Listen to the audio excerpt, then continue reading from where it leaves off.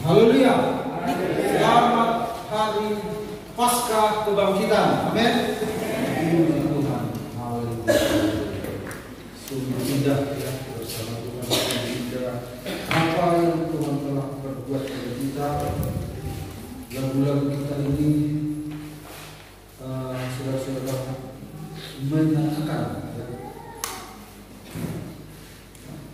memproklamirkan tentang kehebatan dari kuasa kebangkitan Kristus. Mari kita lihat Alkitab kita dalam Matius 28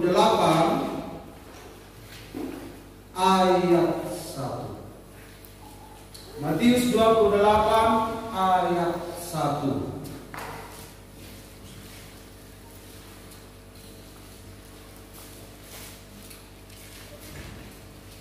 Sampai ayat yang ke-6.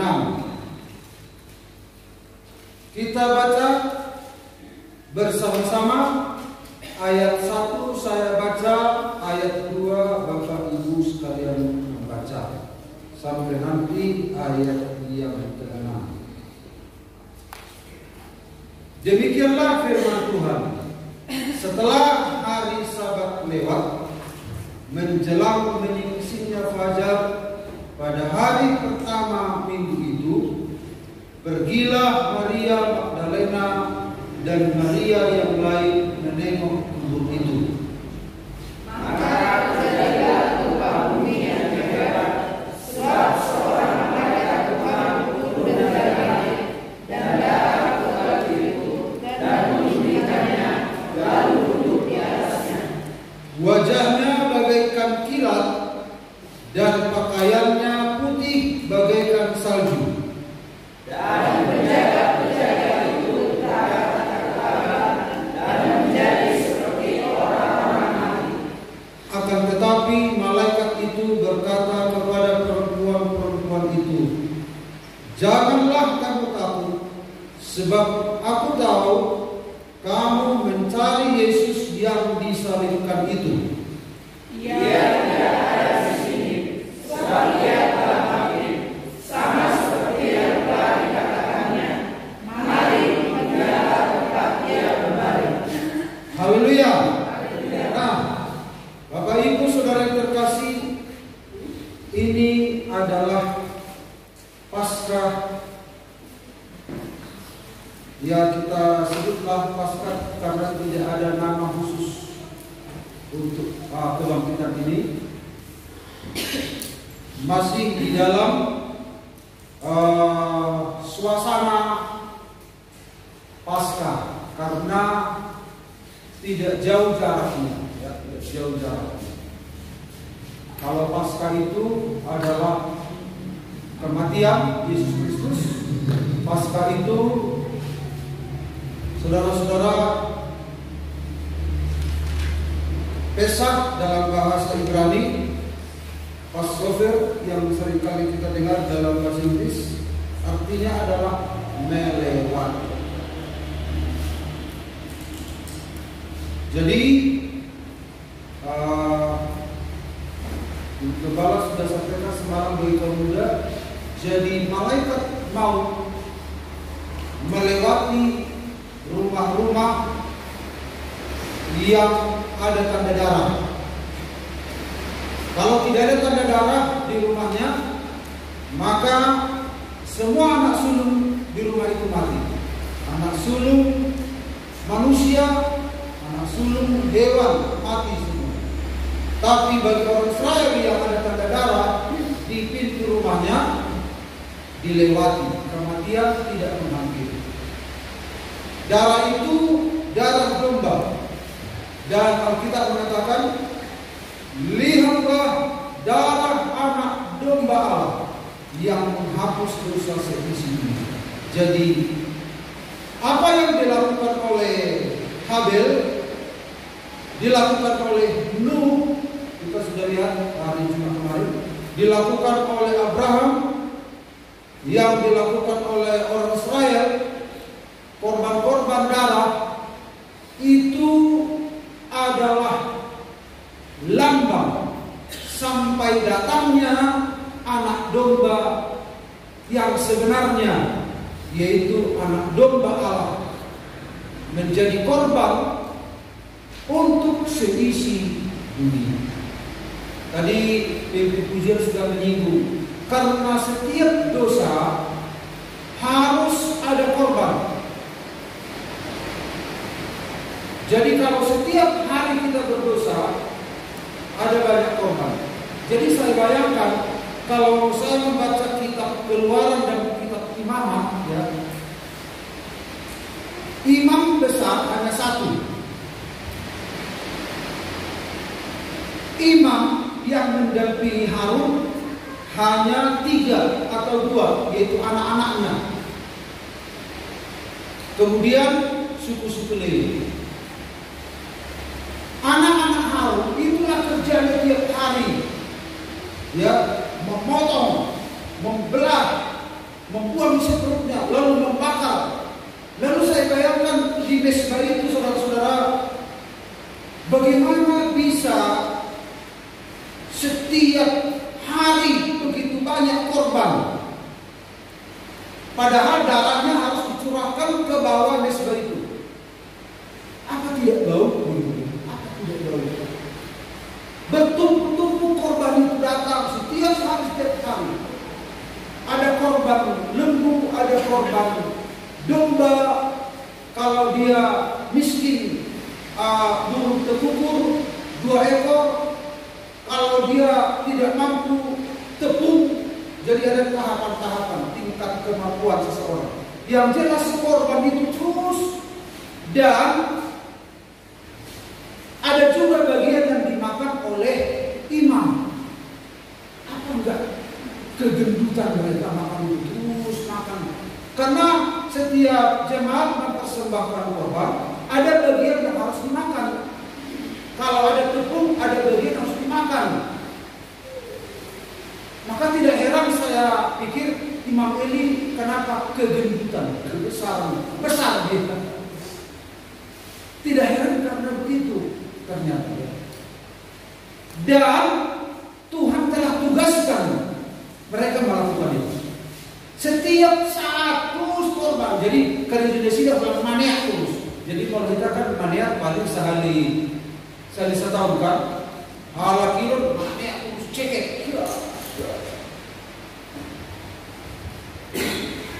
Dan berapa banyak korban yang harus mereka persembahkan. Jadi harta pada waktu itu adalah ternak. Berapa banyak harta yang harus mereka persembahkan? Per keluarga, per orang.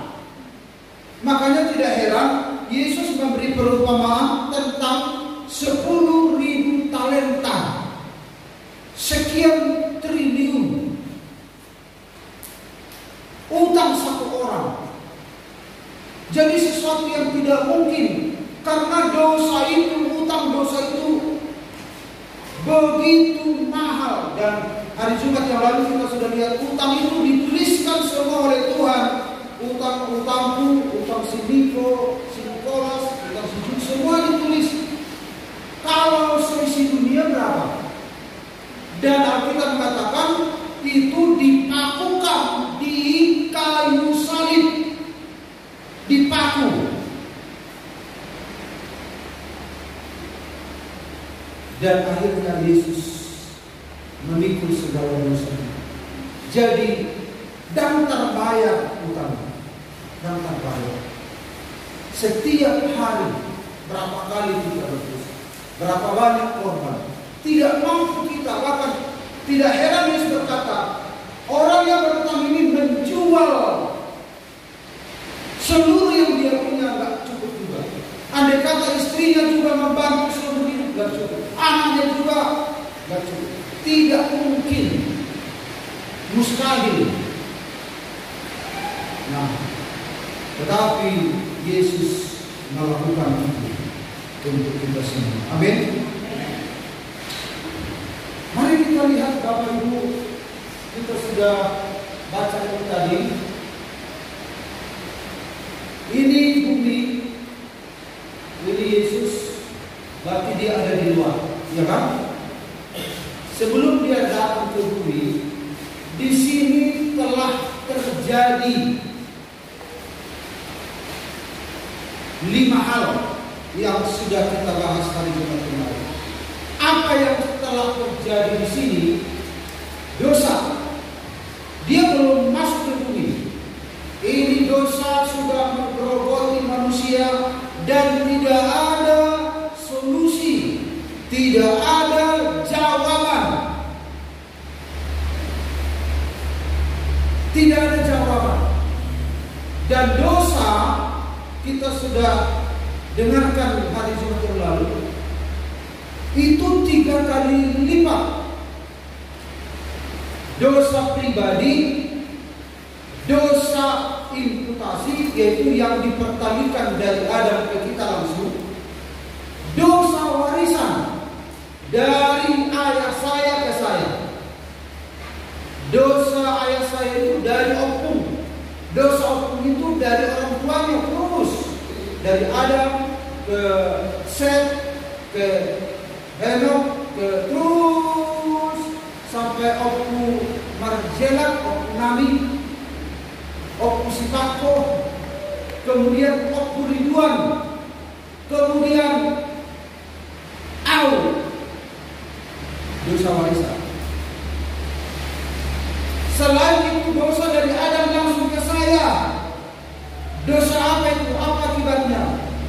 Kematian, tidak bisa dihindari. Itu akibat dosa. Dan dosa yang kubuat sendiri. Jadi tidak ada seorang pun yang lahir ke dunia seperti agama lain, hatinya bagaikan secari kertas putih. Setelah dia besar lalu ditulisi, lalu kertas itu jadi kotor. Tidak ada. Semua manusia punya 3 ini. Dosa langsung dari Adam, dosa keturunan, dosa pribadi. Tidak ada solusinya. Mungkin kalau saudara sakit ada solusinya, saudara bisa berubah. Atau kalau saudara mungkin masih ragu tentang kemampuan Tuhan, tidak daya sedang terkenal sekarang.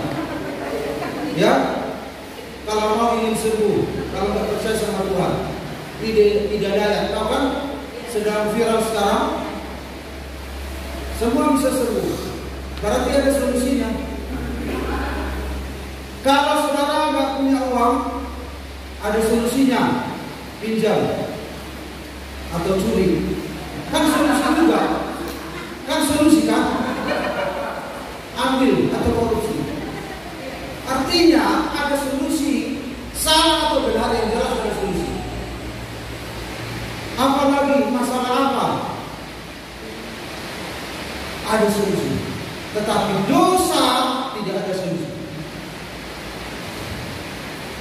Dosa tidak bisa diselesaikan oleh psikolog. Karena psikologi mempelajari bahwa manusia itu dikotomi, tubuh dan jiwa. Semua kasus-kasus manusia katanya karena kejiwaan. Tetapi masalah dosa tidak bisa diselesaikan. Karena Kristen mengajarkan manusia itu trikotomi, tubuh, jiwa, roh. Dosa ini adalah masalah roh yang merembes ke jiwa, merembes ke tubuh. Akarnya ini gak bisa diselesaikan oleh psikolog.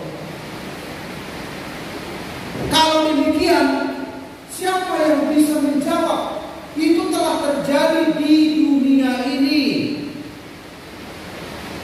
Kemana mau pergi? Tidak ada solusi dari dosa. Makanya Yesus datang ke dunia untuk menjawab ini. Jadi saya katakan kepada Fani, karena dia sering telepon tentang hal ini. Ingat ya, Fani, Yesus betapa perlu datang ke dunia karena tidak ada penyelesaian dosa. Dia datang ke dunia bukan supaya memamerkan mujizat, saya bilang. bukan memamerkan kesembuhan, bukan supaya orang diberkati. Karena sebelum Yesus datang, mujizat itu pun berlangsung. Hizkia yang sakit bisa sembuh tanpa dia turun. Tidak ada solusi untuk dosa. Karena tidak ada solusi, maka Yesus datang. Jadi sasarannya adalah untuk menjawab ini. Jadi kalaupun saudara minta mujizat, tapi saudara harus berpikir, bukan itu sasaran Yesus datang ke dunia. Bukan itu sasaran. Sasaran Yesus adalah tidak ada jawaban. Dan kalau saudara minta berkat, ingat, saudara silahkan saja minta berkat sama Tuhan. Saya pun minta berkat sama Tuhan. Tetapi andai kata dia tidak datang, hanya masalah berkat dia bisa lakukan. Dosa ini. Jadi kekristenan itu, saudara-saudara, tentang pengampunan dosa. Lagu kita tadi, ya kalau dalam bahasa Inggrisnya itu dalam artinya ya, membasuh kita.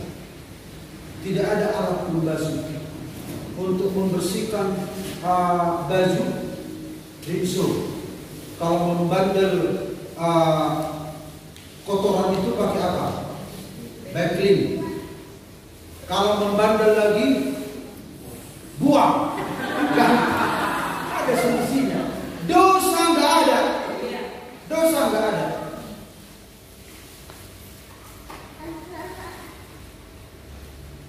Dan akibat dosa adalah kematian.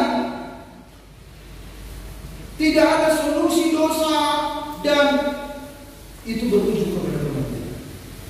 Lalu yang kedua, saudara, sebelum Yesus datang, di dunia ini telah terjadi kuasa setan.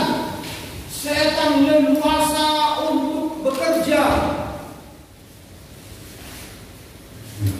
Supaya apa bisa ditutup? Biar aja dulu kita mengurung diri. Ya, apalagi ada lawan dan turun dari terjadi. Nah, jadi sebelum Yesus datang, setan merajalela. Siapa yang bisa mengalahkan setan ini? Dukun? Mana bisa setan kabur hanya dengan bulung rata? Masuk akal enggak? Dengan bulung rata. Lahu polis. Ketika ada dirasa dua ahli eda bulung rata itu terlalu disembunyi. Apa bisa? Kalau begitu Yesus tidak perlu datang, hanya dengan bulung rata. Iblis itu tidak bisa diusir oleh siapapun. Kalaupun ada dukun yang mengusir, itu kerjasama. Karena iblis itu bapak segala pembohong. Tidak ada ilmu putih yang bisa mengusir ilmu hitam. Ilmu putih juga adalah tipuan dari setan. Jadi tidak ada ilmu putih, ilmu hitam. Semua dari setan. Jadi tidak ada yang bisa merajalela dia bekerja. Ada dosa, kemudian apa lagi? Di sisi lain, di dunia telah berkumandang berita akan ada penyelamatan. Keturunanmu akan meremukan kepada perempuan itu berkata, kepada ular berkata, keturunannya itu keturunan perempuan akan meremukan kepalamu. Sementara berita berita tentang penyelamatan telah menggema di seantero dunia. Kapan? Di satu sisi dosa merajalela, setan pun bekerja luar biasa. Bagaimana bisa manusia hidup berkenan kepada Allah? Di sisi lain yang lebih memberatkan lagi, ada hukum yang Tuhan taruh, yang Tuhan turunkan, standar etika, standar moralnya Allah. Jadi haruslah manusia. Di satu sisi ada tuntutan Allah untuk mengikuti standar moralnya Allah. Karena sebelum datang hukum Taurat, yang terjadi adalah manusia melakukan apa yang dia anggap baik. Tidak ada standar. Kemudian Tuhan turunkan hukum Taurat, ada standar. Tetapi masalahnya, bagaimana bisa ada iblis yang bekerja, yang menggoda, ada dosa yang berkelipatan.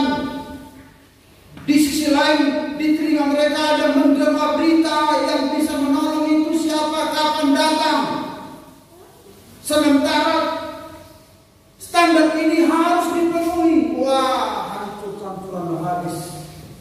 Semakin ada standar, semakin terpojok manusia, semakin susah. Bagaimana mungkin? Ada tuduhan-tuduhan.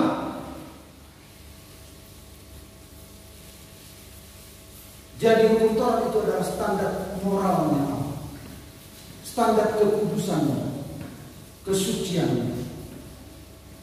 Karena manusia semua sudah kehilangan gambar Allah, turun dari standar. Tapi hukum Taurat diberikan untuk menjaga acuan, tetapi berhubung manusia itu sudah ada akar dosa, tidak mungkin mencapai standar itu, tidak mungkin mencapai tolak ukur itu. Manusia makin gelisah, ada setan lagi yang mengganggu, ada penantian kapan terjadi penyelamatan itu di dalam batin manusia, mencari siapa yang bisa. Di satu sisi di dunia Tuhan juga menuntut, ada tuntutan Allah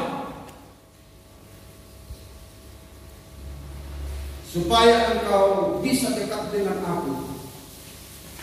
Dia menuntut.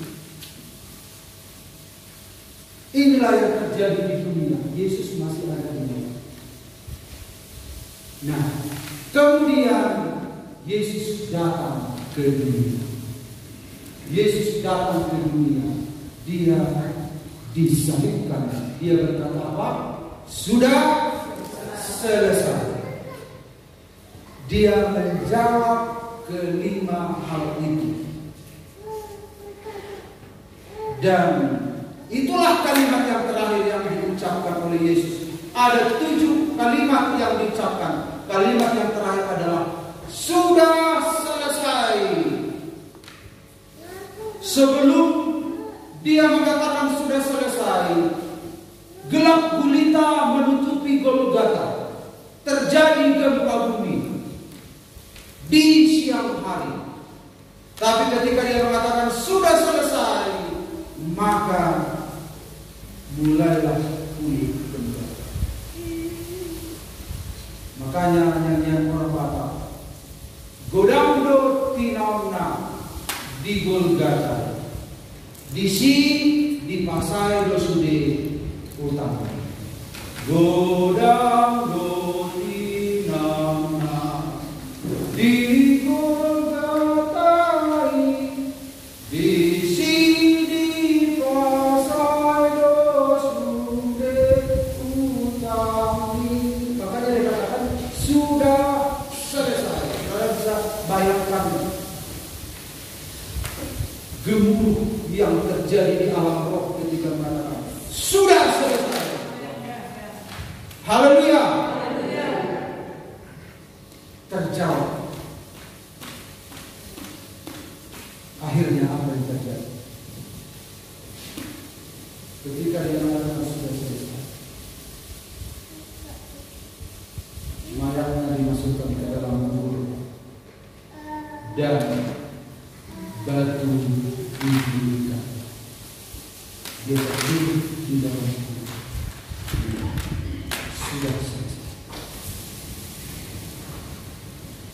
Bagaikan masuk ke dalam kepompong selanjutnya. Dia membawa semua keberadaan manusia sebenarnya ke dalam kubur. Saya juga masuk ke sana. Saudara, semua kita masuk ke sana. Ditutup. Selesai. Di hari yang ketiga, maka sesuai pembacaan kita, Yesus bangkit. Wah, Yesus bangkit.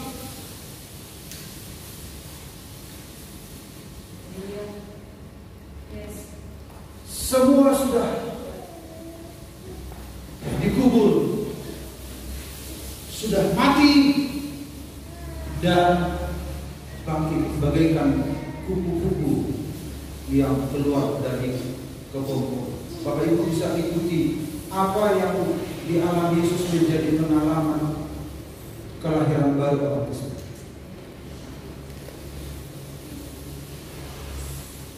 Dan kita harus menyadari bahwa kita telah mati supaya bisa merasakan kebangkitan. Lalu mungkin saudara berpikir, bagaimana Yesus bangkit? Kan baru belum terbunuh. Nah, judul firman Tuhan hari ini, kebangkitan Kristus, dasar kelahiran kembali. 2-3 ya. Kebangkitan Kristus, dasar kelahiran kembali. Tidak ada kelahiran kembali kalau tidak ada kebangkitan Kristus. Dia selesaikan dulu semua dan dia masuk ke dalam kubur dan dia bangkit. Dengan kebangkitannya, itulah titik awal semua manusia yang percaya kepadanya, bagaikan kupu-kupu yang keluar dari kepompong.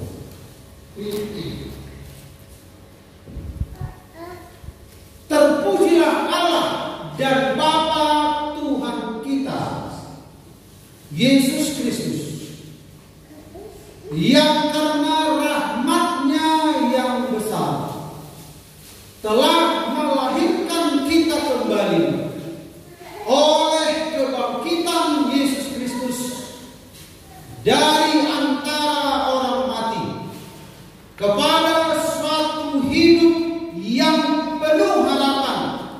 Karena sebelum Yesus mati, sebelum Yesus datang, manusia tidak punya harapan. Ada tuduhan, ada tuntutan, ada kuasa kegelapan. Hukum-hukumnya Allah menjadi musuh.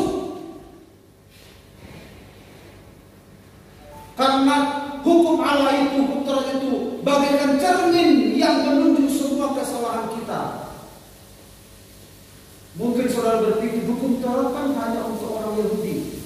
Alkitab mengatakan hati nurani manusia menjadi hukum Taurat. Jadi semua manusia di dunia ini punya hukum Taurat, punya pemahaman tentang standar moralnya Tuhan. Bagaimana berperilaku, bagaimana hidup sesuai kehendak Tuhan. Itu terpampang bagaikan cermin. Tapi ketika manusia bercermin, justru dosanya yang ditunjuk, tidak ada kemampuan melakukan. Tetapi Yesus datang menjawab, Dia menggenapi hukum Taurat. Dialah cermin kita.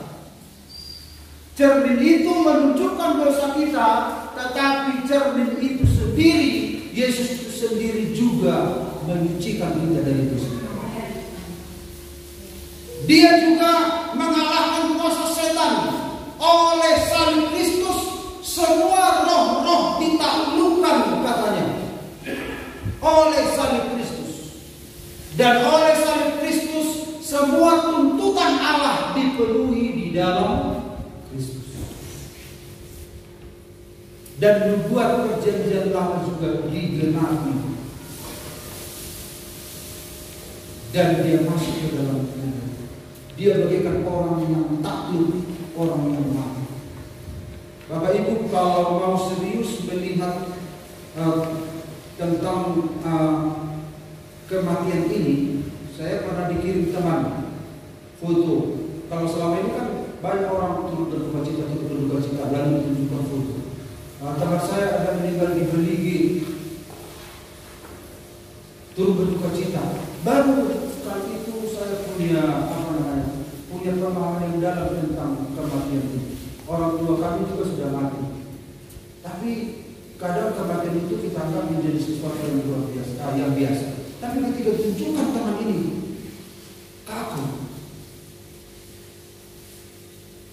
tidak bisa berbuat apa-apa.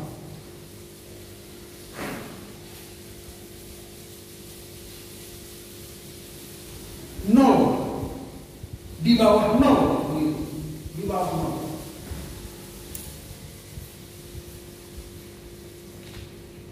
Menyedihkan. Yesus mengalami itu. Yesus mengalami itu. Sampai tidak ada apa-apa. Tetapi dia bangkit. Sebelum itu belum ada kebangkitan seperti kebangkitan Kristus. Ada orang di perjanjian lama bangkit tapi mati lagi. Tetapi Yesus bangkit. Jadi makanya pengkhotbah berkata, lebih baik pergi ke rumah duka, tumagot duiba laut tu para duman katanya, daripada pergi ke tempat pesta. Karena di rumah duka lah kita memahami kesudahan segala sesuatu.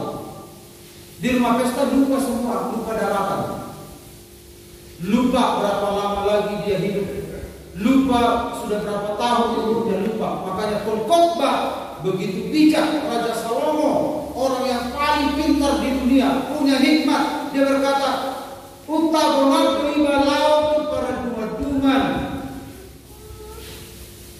tempat kematian daripada tempat pesta. Karena di sanalah kita mengerti tentang kesudahan dari kehidupan ini. Yesus sampai mengalami pemahaman kita tentang kematian akan menolong kita tentang kelahiran kembali. Nah, mari kita lanjutkan. Oleh kebangkitan Kristus kita dilahirkan kembali, dilahirkan ulang. Dan setelah itu rasul-rasul menjelaskan, dilahirkan oleh firman, dilahirkan oleh Roh Kudus. Tetapi titik awal yang memungkinkan kita dilahirkan ulang adalah kebangkitan. Kemudian dikerjakan oleh Roh Kudus dalam hidup kita, dikerjakan oleh firman Allah dalam hidup kita. Amin. Kita akan bisa memahami tentang kelahiran baru, kehidupan yang baru, tergantung seberapa dalam kita memahami tentang arti kematian.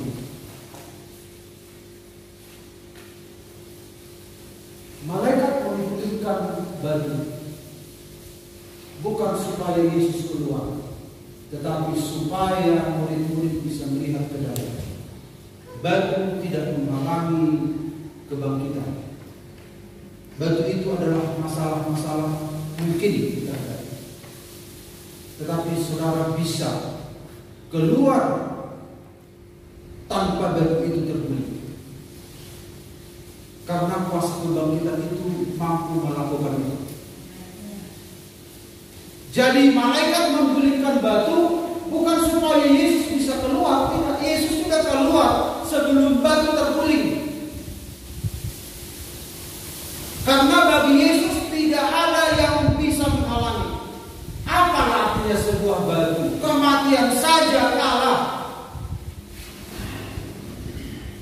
Tetapi manusia menggulingkan batu itu tidak bisa. Makanya malaikat kuasa kebangkitan ini dasar luar biasa. Haleluya. Walaupun mungkin saudara punya masalah penyakit ada kehidupan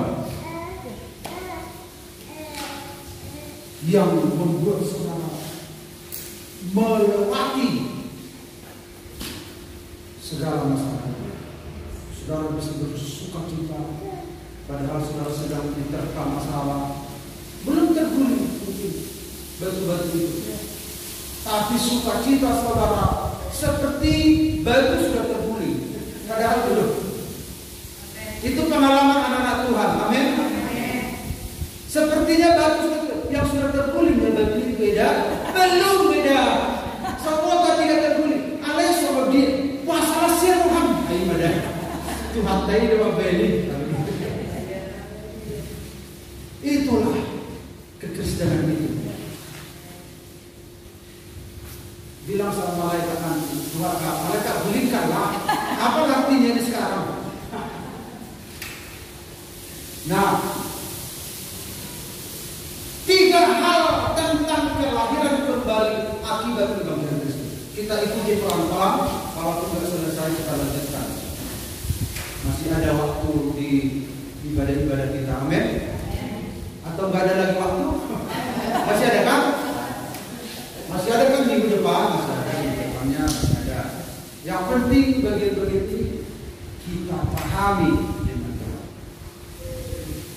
Nah, hal yang pertama adalah apa makna kelahiran kembali? Kelahiran kembali ini adalah pengajaran yang paling radikal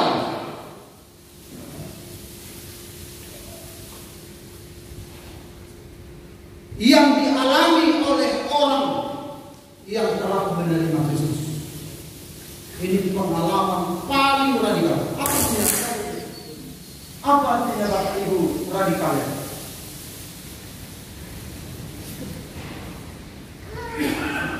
Aduh, kalau kita minta tolong yang di dekat apa Bapak Ibu yang artinya radikal? Yang nggak lama lagi ya, yang terpengaruh dengan kejam. Apa lagi ya, kejam dalam arti positif ya? Ekstrim. Ekstrim. Apa lagi?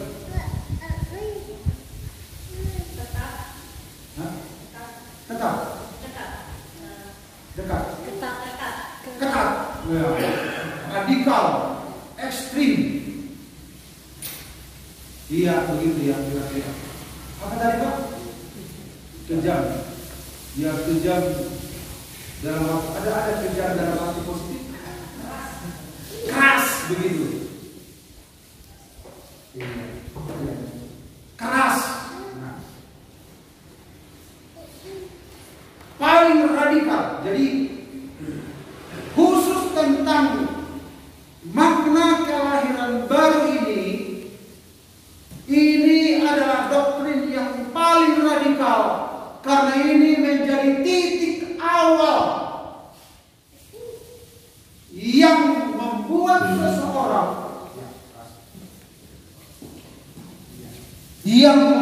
seseorang saudara-saudara mengalami peralihan.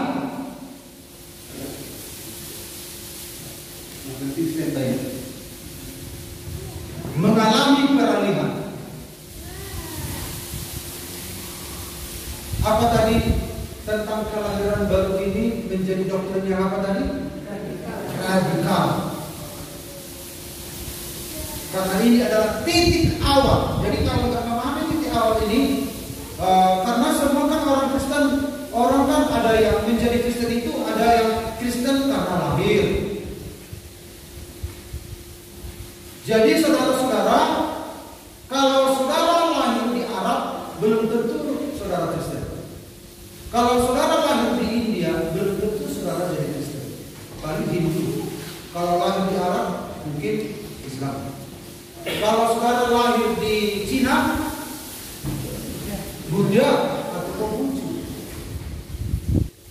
Tetapi kenapa di Arab ada Kristen? Kenapa di Cina ada Kristen?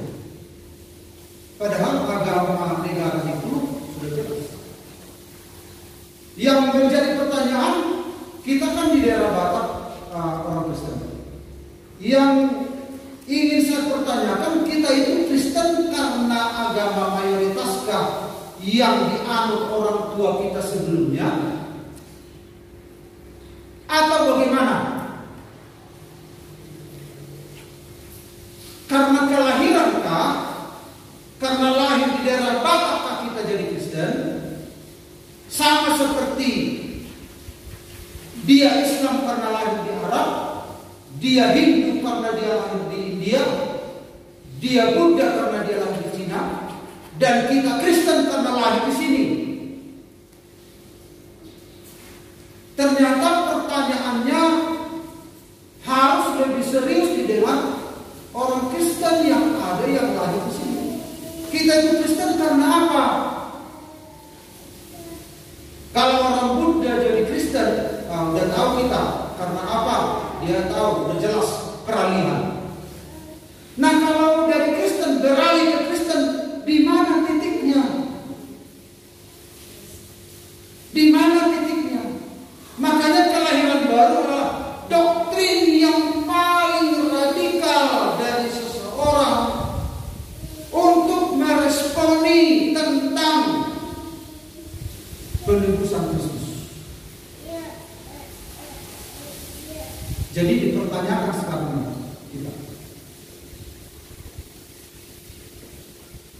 sejauh mana kita memahami tentang makna kematian, sejauh itu kita bisa memahami tentang makna kehidupan. Semua agama mempelajari tentang kelahiran kembali. Tidak lucu. Makna kelahiran baru itu, kelahiran kembali itu dilahirkan ulang. Kenapa perlu dilahirkan ulang? Karena Adam yang pertama telah menghadirkan maut, kematian.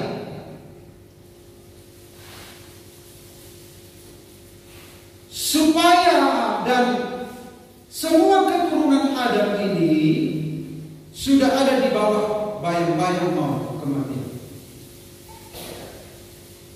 dan berakhir kepada neraka yang kekal. Bagaimana supaya tidak mati, supaya mendapat hidup yang kekal? Jalan satu-satunya harus dilahirkan ulang. Tidak ada saudara-saudara tindakan pembaharuan tanpa kematian. Harus mati. Harus mati. Makanya Paulus berkata, yang kukehendaki mengenal dia dalam proses kebangkitannya dan serupa dengan kematiannya. Jadi perubahan kelahiran baru itu bukan sebuah kehidupan kemudian di tengah jalan mengalami pembaharuan tanpa proses kematian. Itu bukan kelahiran kembali. Kelahiran kembali, mati dulu, baru lahir ulang. Namanya pun istilah ini adalah dilahirkan ulang. Karena kelahiran kita yang pertama itu sudah menjurus kepada dosa. Dilahirkan ulang itu dilahirkan oleh siapa? Adam yang terakhir, Yesus Kristus yang mendatangkan kehidupan. Adam pertama mendatangkan kematian, Adam kedua mendatangkan kehidupan. Supaya kita, saudara-saudara, mengalami kehidupan, berarti harus dilahirkan oleh Adam yang mendatangkan kehidupan, yaitu Yesus Kristus. Tetapi harus mati dulu.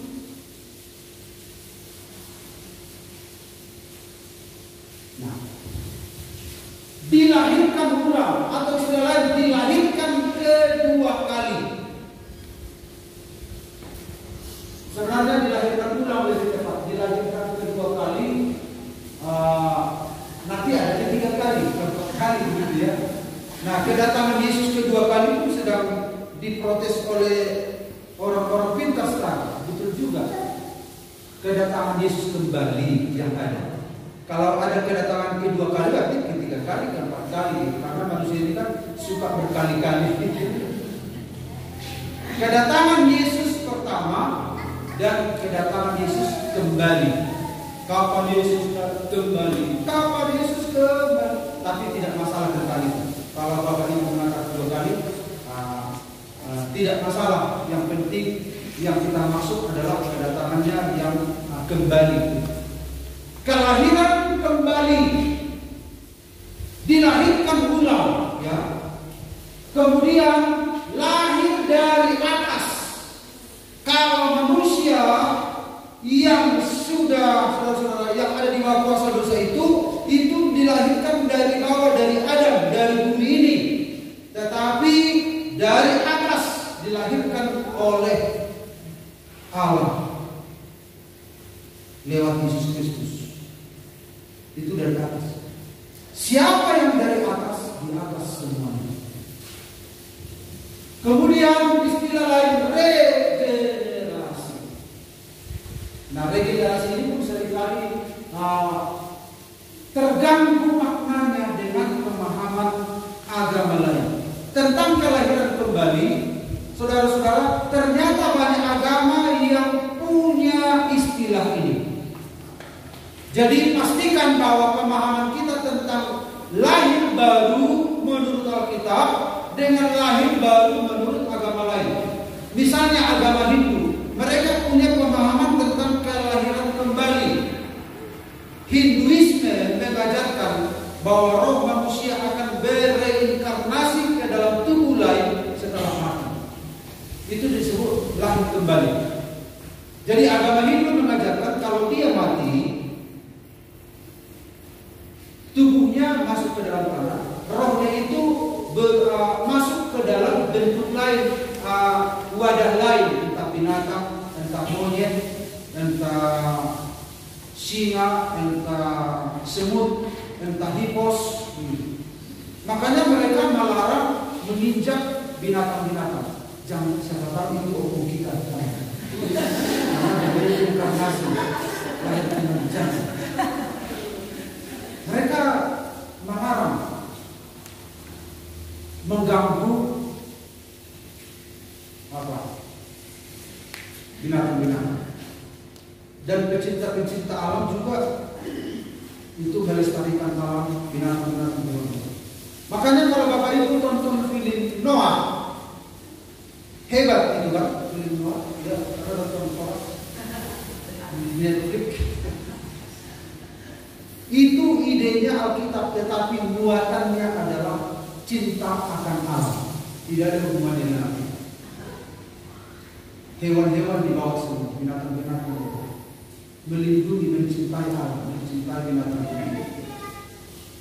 Itu ada unsur pemahaman Hindu. Karena binatang-binatang itu adalah titisan.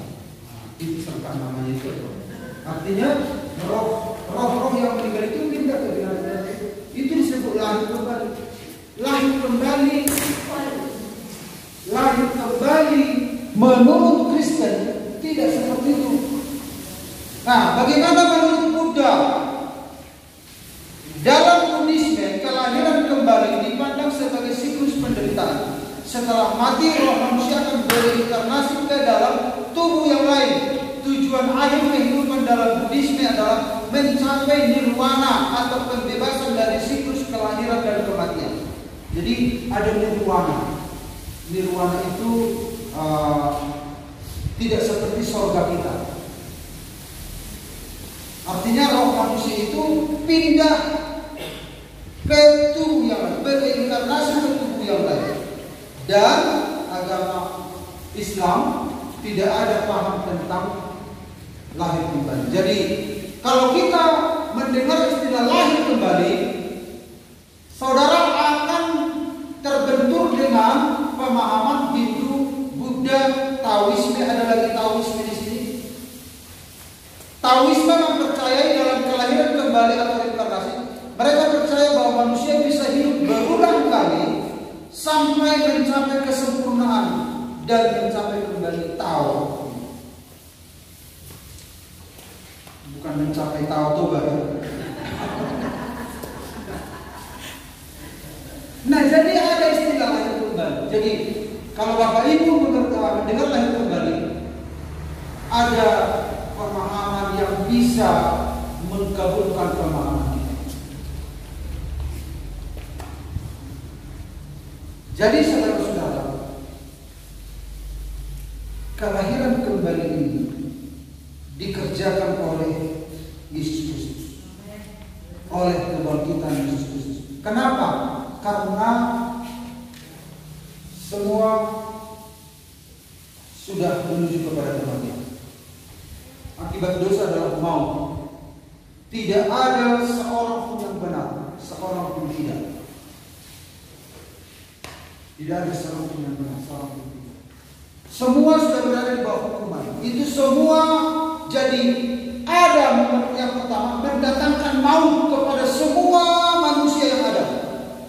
Adam pintu masuknya. Tetapi Adam yang terakhir, Yesus Kristus, pintu masuk kehidupan. Jadi supaya kita mendapat hidup, harus kita percaya pada Yesus. Dengan demikian kita dilahirkan ulang. Dilahirkan ulang. Amin, Bapak Ibu.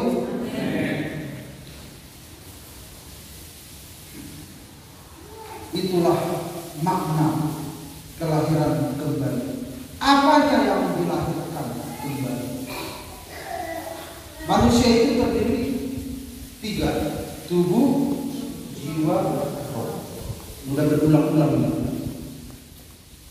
Jiwa dan roh itu adalah satu, sifatnya roh, yang disebut manusia rohani ini, jiwa dan roh. Kenapa disebut jiwa dan roh? Karena berhubungan dengan tubuh.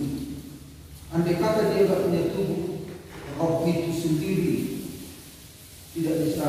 Jiwa itu menyatu dengan roh, tidak disebut jiwa.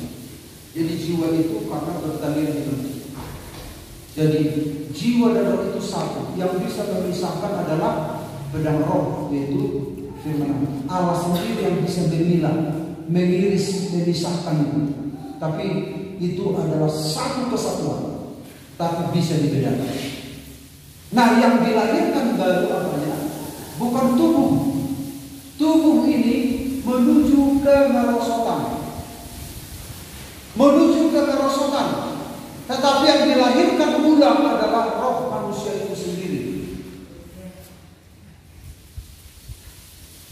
Tapi akhirnya nanti setelah Yesus datang, tubuh manusia akan diubahkan menjadi sempurna sehingga seirama dengan rohnya,